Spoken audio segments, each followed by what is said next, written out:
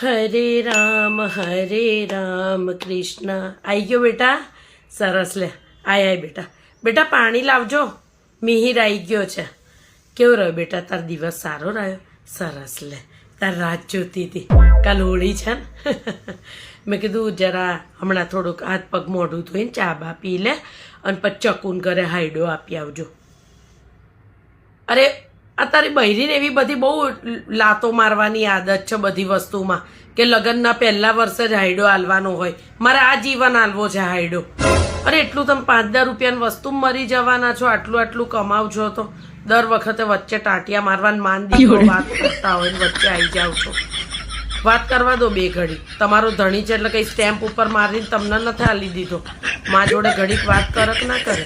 ઝઘડતી નથી મારા દીકરા. જો તને માનસિક ટેન્શન થાય ને બેટા એટલે તું તો કેટલું ગળી રહેવા દે. ચાલ તારા હાઈડો હાલવાના જ જવું. મને રિક્ષા કરી દઉં, અહીંથી જતી રહું. ત્યાં ચકુ ભાડું હાલ દેશે.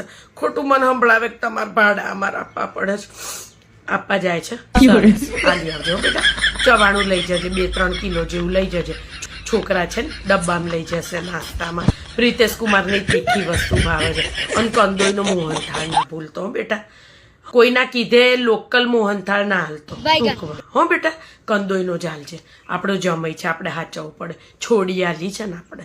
સમજો બેટા તું. અને શું કહેતો હતો બેટા? ધ્યેય માટે પિચકારી લેવા જવાનો જ? રાતે જવાનો જ? હાલ તો ચકુન છોકરા માટે લેતો આવજે. છોકરીને તો તમે 1 રૂપિયો આલો ને તો ભગવાન તમને 100 રૂપિયા સામે. સમજ્યા તમે? એટલે